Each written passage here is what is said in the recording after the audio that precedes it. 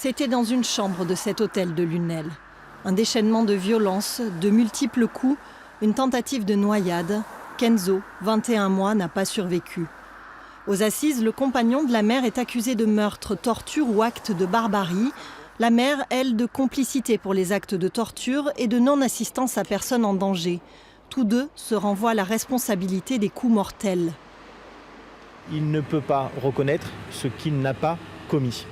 Donc il est dans les explications de ceux auxquels il a assisté, mais il réfute totalement les faits les plus graves qui lui sont imputés. Dans les éléments qui sont retenus, elle n'est pas impliquée juridiquement dans ce qui concerne la scène de meurtre, la scène du dernier jour malheureusement de ce petit garçon.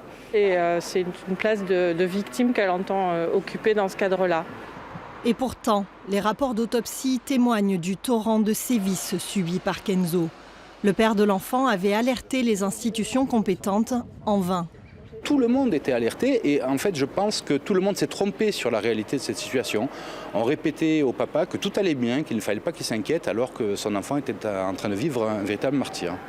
Deux associations de protection de l'enfance, également partie civile, interrogent sur une responsabilité plus large et mettent en garde sur les signaux faibles d'alerte.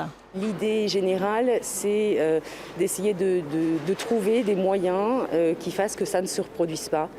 Voilà, en alertant l'opinion publique sur les faits de maltraitance qu'on peut considérer comme, j'ai envie de dire, tout à fait banaux dans les explications, mais qui en réalité révèlent des situations bien plus dramatiques.